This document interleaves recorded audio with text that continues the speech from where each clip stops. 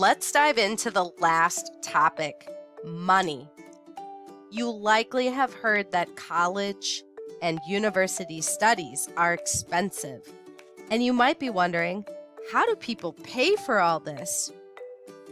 There are lots of different ways to pay for college and career. And it starts with you doing your best in school. Let's take a closer look.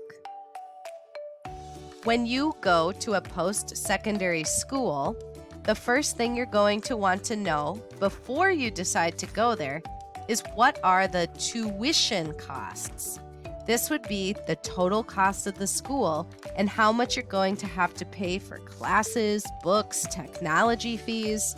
It's very important to look at that number because then you'll know if you can actually afford it.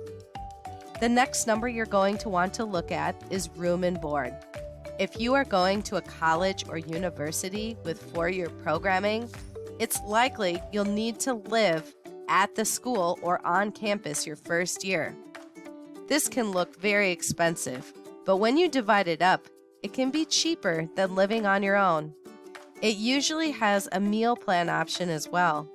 This is also where you're going to make many friends and learn to connect with other college students around you. If you have money or savings, that's a great place to start. Next, there are 3 different options you can consider. Financial aid.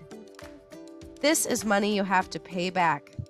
This is money you can get in the form of loans that could be either private or public.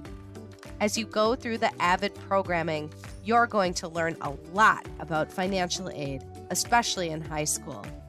Many people use financial aid in the form of loans from the government to pay for their education.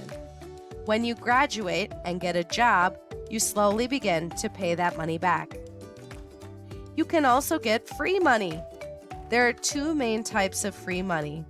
First, there's scholarships. Scholarships is money that is given to you that you earn by applying for some particular skill or need. For example, you may have the best grades in the whole school. You will likely get a scholarship for that. You may have a GPA above 3.5.